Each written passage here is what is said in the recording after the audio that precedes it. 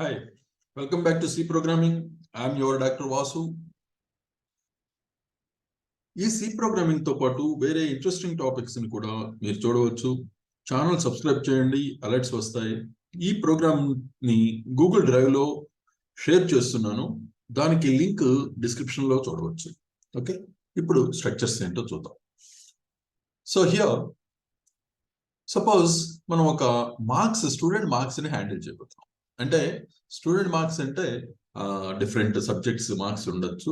అందులో సపోజ్ మనం వాటి టోటల్ తీసుకుని యావరేజ్ ఎలా కట్టాలో చూద్దాం.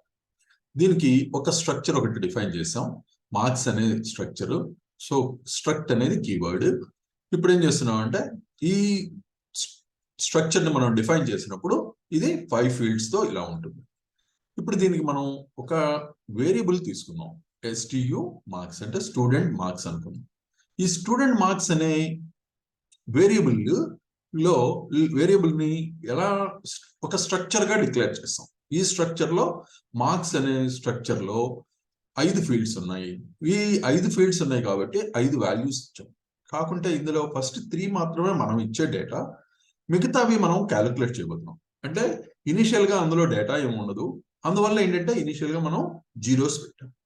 సో ఈ డేటాని ఇలా ఇచ్చినప్పుడు ఏమవుతుందంటే మనం ఇచ్చిన వాల్యూస్ ఇవి, మనం మిగతా 2 మనకి యాక్చువల్ గా లేవు, కానీ ఇనిషియల్ గా జీరోస్ తీసుకోవచ్చు. ఇలా తీసుకున్నాం.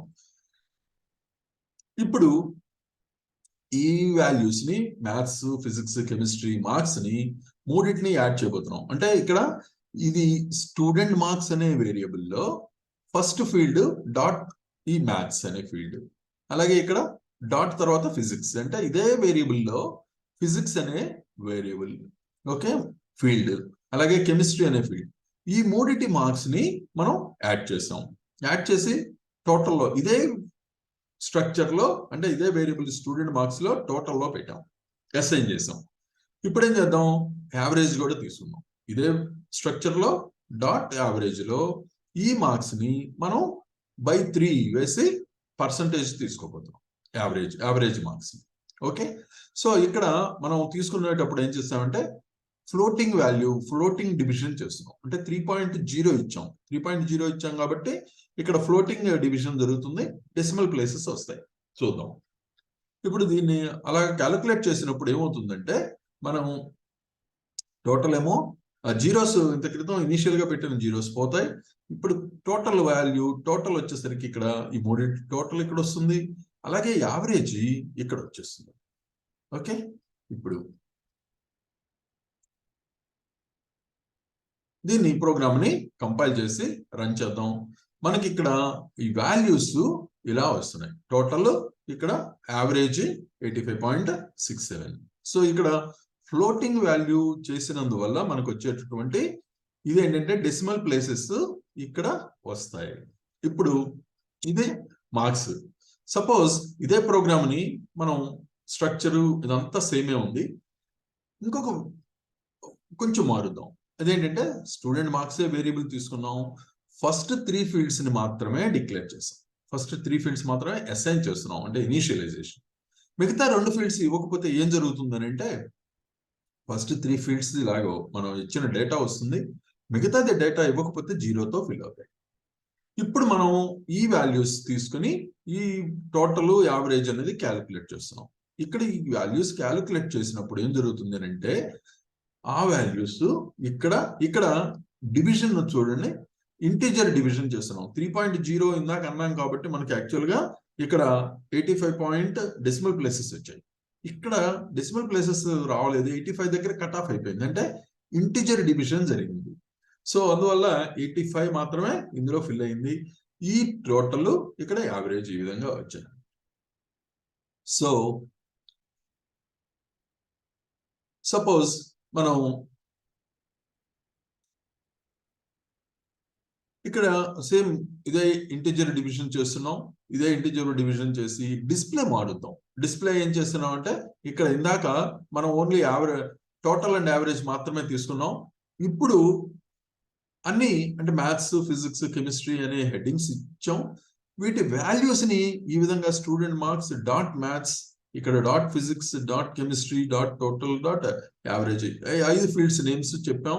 సో ఈ పర్టికులర్ వేరియబుల్ కి ఈ 5 వేరియబుల్స్ మనం ఈ 5 ఫీల్డ్స్ నేమ్స్ ఇచ్చాం కాబట్టి ఇలా డిస్ప్లే వస్తుంది ఈ విధంగా. సో ఇక్కడ డివిజన్, ఇంటిజర్ డివిజన్ జరిగింది కాబట్టి 85 వచ్చింది. So decimal places cut off అయిపోయినాయి. సో ఈ విధంగా మనకు కావాల్సిన డేటా అంటే ఇక్కడ స్టూడెంట్ మార్క్స్ డాట్ మ్యాథ్స్ అన్నాం, ఆ మ్యాథమెటిక్స్ మార్క్స్ ఇక్కడ వచ్చాయి. అలాగే డాట్ ఫిజిక్స్ అన్నాం, ఇక్కడ ఫిజిక్స్ మార్క్స్ ఇక్కడ. సో ఆ విధంగా మనకి డిస్ప్లే వస్తుంది. నెక్స్ట్ సపోజ్ సేమ్ ఇదే స్ట్రక్చర్ తీసుకుందాం, 5 ఫీల్డ్స్ ఉన్నాయి, same structure. Okay, so structure ఇలా ఉంటుంది 5 ఫీల్డ్స్ తో. ఇప్పుడు స్టూడెంట్ మార్క్స్ అనే వేరియబులే తీసుకుందాం. ఓకే, ఇది మార్క్స్ స్ట్రక్చర్ కింద డిక్లేర్ చేసాం. ఇప్పుడు మార్క్స్ మనం ఇవ్వకుండా, ఇనిషియల్ గా డైరెక్ట్ గా ఇవ్వకుండా సిస్టమ్ నుంచి ఇద్దాం. అంటే యూజర్ ఇన్పుట్ ద్వారా మార్క్స్ ఇవ్వడం జరుగుతుంది. సో సిస్టమ్ మనకి ప్రాంప్ట్ చేస్తుంది, enter marks in maths. Maths లో మార్క్స్ ఎంటర్ చేస్తే ఆ మార్క్స్ ఎక్కడికి వెళ్తాయంటే ఈ స్టూడెంట్ మార్క్స్ అనే వేరియబుల్లో డాట్ ఈ మ్యాథ్స్ అనే ఫీల్డ్ ఉంది కదా, ఫస్ట్ ఫీల్డ్ లోకి మ్యాథ్స్ అనే ఫీల్డ్ లోకి వెళ్తాయి. అలాగే ఫిజిక్స్ డాట్ ఇక్కడ ఫిజిక్స్ లోకి వెళ్తాయి, ఫిజిక్స్ అనే ఫీల్డ్ లోకి వెళుతుంది. అలాగే కెమిస్ట్రీ అన్ని వచ్చిన తర్వాత వీటి టోటల్ చేద్దాం. Total is equal to dot total. అంటే ఇదే స్ట్రక్చర్ లో 4th ఫీల్డ్ లోకి ఈ ఫస్ట్ 3 యొక్క టోటల్ ని మనం అసైన్ చేస్తున్నాం కాబట్టి డాట్ టోటల్ ఇచ్చాం. సో ఇక్కడ టోటల్ క్యాలిక్యులేట్ చేసాం. అదే విధంగా ఇక్కడ యావరేజ్ క్యాలిక్యులేట్ చేస్తున్నాం. ఇక్కడ టోటల్ వాల్యూ తీసుకున్నాం బై ఫ్లోటింగ్ డివిజన్ ఇస్తున్నాం. ఇక్కడ ఈసారి 3.0 ఇచ్చాం ఫ్లోటింగ్ వాల్యూ, అంటే ఫ్లోట్ వాల్యూస్ వస్తాయి మనకి. సో డెసిమల్ ప్లేసెస్ వస్తాయి. ఈ విధంగా టోటల్ వచ్చింది, డెసిమల్ ప్లేసెస్ తో యావరేజ్ వచ్చింది. ఒకటి డిస్ప్లే కనుక మనం మొత్తం కంప్లీట్ గా 5 ఫీల్డ్స్ డిస్ప్లే కావాలన్నప్పుడు ఈ విధంగా 5 ఫీల్డ్స్ ని మెన్షన్ చేయాలి. 5 వాల్యూస్ ని ఈ విధంగా మనం కనుక maths, physics, chemistry, total, average ఇచ్చినప్పుడు వాటి డిస్ప్లే ఈ విధంగా ఉంటుంది. సో పైన కంపైల్ చేసి ఎగ్జిక్యూట్ చేస్తే మనకు వచ్చే అవుట్పుట్ ఈ విధంగా ఉంటుంది. ఓకే, సో ఇప్పుడు structure with different data types అంటే ఆల్రెడీ మనం క్రితం కూడా చూసాం. స్ట్రక్చర్ లో ఇంటిజర్ వాల్యూస్ ఉన్నాయి, ఫ్లోట్ ఉంది, రకరకాలుగా వేరియబుల్స్ ని తీసుకున్నాం. ఓకే, బట్ ఇప్పుడు కూడా ఏలో డిఫరెంట్ వాల్యూస్ తీద్దాం. ఇక్కడ స్టూడెంట్స్ గ్రేడ్ గురించి మాట్లాడదాం. గ్రేడ్ గురించి మాట్లాడేటప్పుడు మనం ఈ గ్రే అనే ఒక స్ట్రక్చర్ ని డిఫైన్ చేస్తున్నాం. ఓకే, ఇది స్ట్రక్ట్ అనేది కీవర్డ్. సో ఇది మనకి 3 ఫీల్డ్స్ తో ఉన్న ఒక స్ట్రక్చర్. అందులో ఫస్ట్ ది ఇంటిజరు, మిగతావి 2 క్యారెక్టర్ టైప్, అంటే నేమ్, గ్రేడ్ అనమాట. సో ఇక్కడ మనం కనుక ఈ స్ట్రక్చర్ ను చూస్తే 3 ఫీల్డ్స్ తో ఇలా ఉంటుంది. ఇందులో దీనికి ఇనిషియలైజ్ చేద్దాం. ఇక్కడ ఒక వేరియబుల్, ఒకటి గ్రేడ్స్ అనే వేరియబుల్ తీసుకున్నాం. ఓకే, స్మాల్ g తో గ్రేడ్స్ అనే ఒక వేరియబుల్ తీసుకుని దీన్ని డిక్లేర్ చేస్తున్నాం. ఏమని? ఒక డేటా టైప్ స్ట్రక్చర్ అనే గ్రేడ్ అనే స్ట్రక్చర్ డేటా టైప్ తో మనం డిక్లేర్ చేస్తాం. దానికి వాల్యూస్ కూడా అసైన్ చేస్తున్నాం. సో కర్లీ బ్రాకెట్స్ లో ఈ ఎలిమెంట్స్ మధ్య కామాస్ తో మనం అసైన్ చేసినప్పుడు ఈ values first the number, second the name, third the grade కింద అసైన్ చేయడం జరుగుతుంది. ఒకసారి మనం కనుక ఇక్కడ ఈ స్ట్రక్చర్ లో చూస్తే ఈ 3 వాల్యూస్ ఈ విధంగా అసైన్ జరుగుతాయి. నెక్స్ట్ ఇప్పుడు మనం వాటిని డిస్ప్లే చేయాలి అనుకున్నప్పుడు grades dot number, grades dot 3 fields names చెప్పాం. సో కంపైల్ చేసి ప్రోగ్రామ్ ఎగ్జిక్యూట్ చేస్తే మనకు వచ్చేది ఇలా ఉంటుంది, number, name, grade. Okay, so ఈ విధంగా ఇప్పుడు చూసాం. Next copying data in structures. డేటాలో ఈ స్ట్రక్చర్స్ లో డేటా ఏ విధంగా కాపీ చేయొచ్చు ఒక వేరియబుల్ కి ఇంకో వేరియబుల్. సపోజ్ మనం ఇంత క్రితం ఆల్రెడీ చూస్తున్నాం, X is equal to Y అంటే వై వాల్యూ ఎక్స్ కి అసైన్ చేయబడుతుంది.